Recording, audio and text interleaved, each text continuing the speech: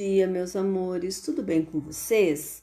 Hoje, quinta-feira, né? Estamos começando um novo mês de outubro, e a gente já chega desejando toda a energia positiva para esse mês, todas as bênçãos para esse mês, que é um mês muito feliz, né? Um mês dedicado às crianças, né?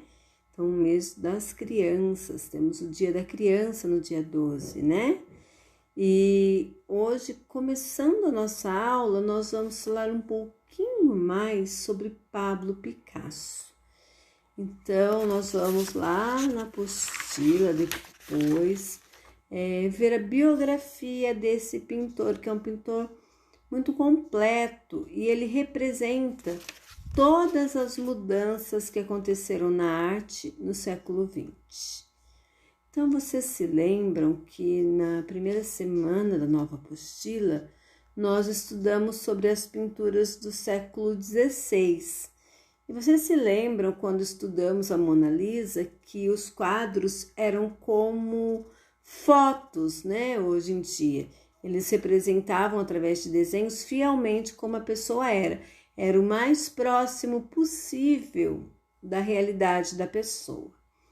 E já no século XX houve uma mudança na arte, e um dos artistas que mais representa todas essas mudanças é Pablo Picasso. Então vocês vão ver depois, a Pro deixou um vídeo que é uma biografia dele, que fala sobre a vida dele.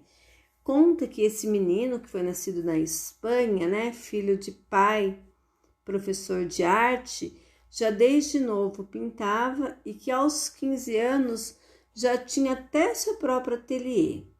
Vocês vão conhecer um pouquinho mais da vida, da obra de Pablo Picasso. Pablo Picasso, que é um dos precursores do cubismo, que é um movimento da arte que, a partir daquele momento, ela passou a dar um novo conceito também para a arte. A arte deixou de ser só retratos fiéis, elas começaram a ter pinturas com traços fortes, com mais cor, e que é um movimento que mudou muito a cara da arte, o tipo de obra que as pessoas gostavam de ver, apreciar e apreciam até hoje, né? Então, vocês vão aprender um pouquinho mais num videozinho que eu separei para vocês. E esse videozinho, ele tem um detalhe muito legal. Essa biografia foi feita para crianças e foi feita em Portugal. Então, vocês vão ver que o sotaque, ele é um pouquinho diferente. Então, apesar de nós brasileiros falarmos o português e em Portugal também falar o português, vocês vão perceber que a pronúncia, ela difere. Então, espero que vocês gostem. E nós vamos agora, eu vou apresentar para vocês, né, uma das obras de arte de Picasso, né, o cubismo. Olha, ele é um dos precursores do cubismo. E a gente vê que, além de muitas cores, os traços são muito fortes, né? E ele procura captar as emoções da pessoa através das cores e das formas que ele usa. Então, é uma mulher aqui, né? E a gente percebe que são traços muito exagerados, né? É uma característica da pintura dele. Também a gente tem outras obras dele que eu vou apresentar aqui para vocês. Então, nós temos essa obra dele. Nós temos também esta, que é uma outra obra dele. Nós temos a Mulher Chorando, né, que vocês viram e estudaram sobre ela já na apostila. Nós temos também essa outra, que é a pintura de uma mulher, e ela tem um gato. E o nome da obra dela, depois eu vou deixar lá para vocês, porque agora me fugiu, né? A professora também, coisa que ela não lembra, mas é o nome da mulher e o gato. Então, a obra Ele retratou o gato, olha, junto com a mulher, tá vendo? E vocês veem os traços do rosto da mulher. Não é uma pintura como se fosse uma foto, né? É uma pintura que ela tem traços fortes, que os traços são irregulares, tem muitas cores, né? Então é diferente a obra de Picasso no século XX das obras do século XVI. Então a gente percebe que a arte, durante os séculos, ela foi transformando, foi passando por mudanças, tá bom? Agora nós vamos abrir lá na apostila de vocês, lá na página 23. Então, aproveito também pegar aqui, né? Como eu saí para poder mostrar tudo isso para vocês. Então, agora nós vamos voltar lá para a apostila, na página 23. Pablo Picasso e o cubismo. Conheça a vida e a obra de um dos maiores pintores do século XX. Se tivéssemos de escolher um único artista para representar as muitas mudanças da arte no século XX, esse artista seria Pablo Picasso. Nascido em Málaga, no sul da Espanha, em 25 de outubro de 1881, Picasso é um artista que fazia de tudo. Tudo mesmo. Além de pintar, trabalhou com gravuras, com escultura, com desenho, colagem, cerâmica, cenografia. Ele fazia a decoração para o teatro, para os cenários das peças, e ilustrações para livros. Ele é o mais famoso e o mais influente artista do século XX. E aqui a gente tem uma foto, né? 2 momentos da vida dele. Ele mais jovem e ele já idoso. Por ser filho de um professor de desenho, Picasso sempre contou com o incentivo, o apoio da família. Aos 15, ele já tinha seu próprio ateliê e em 1900 mudou-se para Paris, na França, capital artística da Europa. Então, ele nasceu em 81. Quando ele fez 19 anos, ele já se mudou para Paris. Picasso era uma pessoa emotiva, muito sentimental, né? E isso influenciou sua obra. Por essa razão, o estilo dele mudava com o decorrer da vida. Então, ele não pintou com um único estilo, mas assim, ele ia cada vez, dependendo de como ele estava se sentindo, ele ia mudando a maneira como ele pintava. Ele não se contentava de fazer sempre o mesmo tipo de quadro. E as pinturas dele, além de serem muito diferentes, muitas vezes até polêmicas, e se diferenciava dos outros porque teve épocas em que ele usava apenas um tom.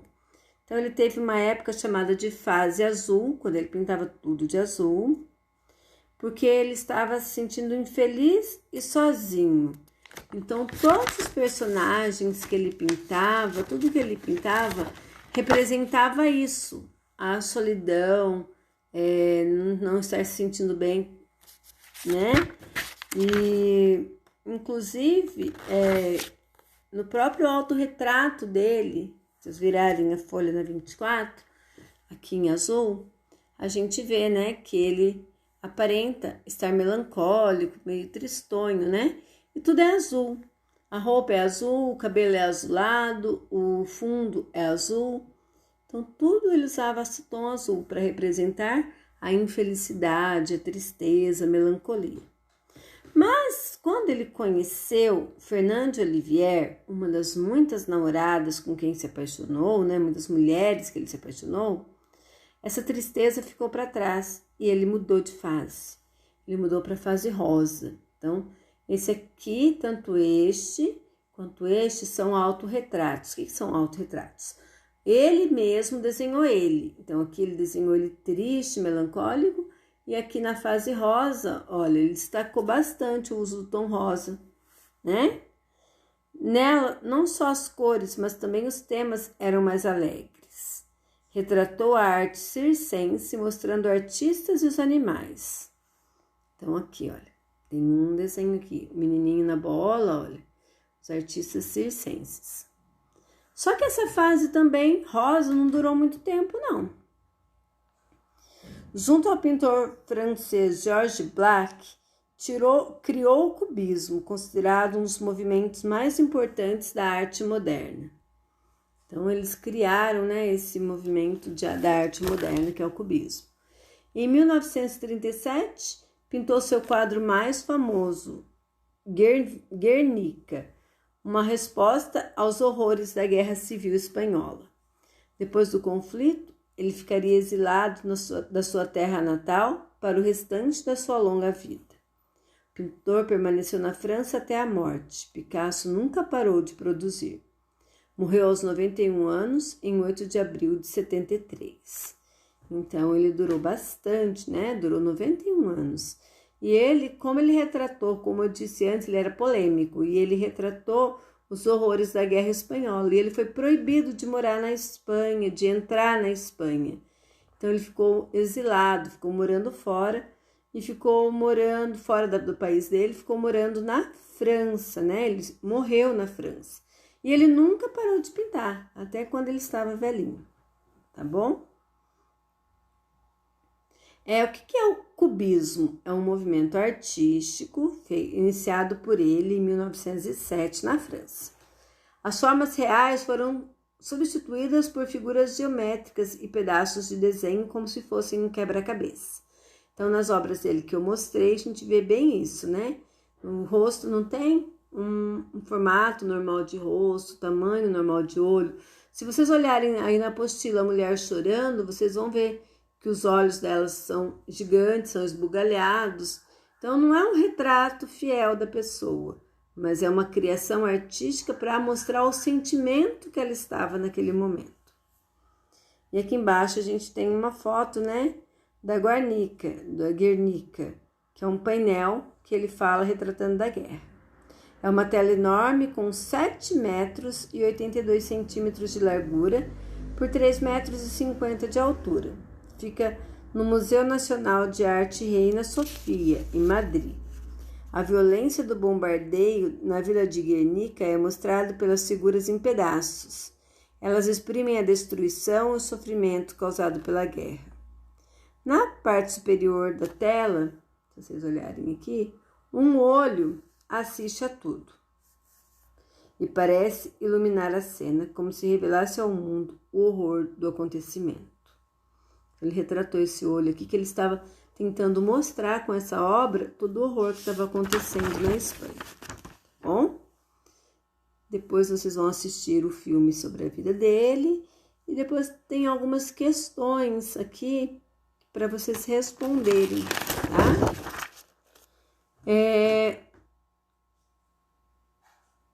Por que Picasso mudou algumas vezes seu jeito de pintar? Então, vocês vão responder só para a família de vocês, não precisa, hoje é só oralmente.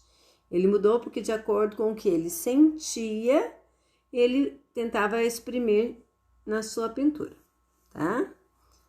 E pensando em tudo que vocês leram a respeito do Pablo Picasso, apresente a sua conclusão.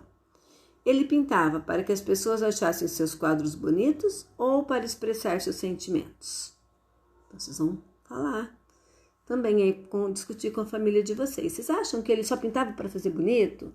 Um quadro bem bonito, uma pintura bem bonita? Ou ele queria muito mais que isso? Ele queria representar, expressar o que ele estava sentindo, né? Então, hoje, vocês não vão precisar escrever, é só para debater em casa, conversar com a família depois de assistir tudo isso, tá? Depois vocês vão para o estudo da língua. Escreva o alfabeto da língua portuguesa. Vocês vão escrever o alfabeto. Vão organizar as palavras de cada item na ordem alfabética, observando a primeira letra de cada palavra. Então, tem palavra com A, depois com B, com C. Lembra que a gente fazia isso bastante nas nossas aulas no começo do ano? Vocês vão colocar em ordem alfabética, tá bom? Depois vocês vão para a folha seguinte. A segunda letra de cada palavra. Então, são todas começadas com C, olha. Colagem, cavalo, cenário, cubismo, circense, claro, chorar e cravo. Vocês vão olhar a segunda letra e vão colocar todas em ordem alfabética também.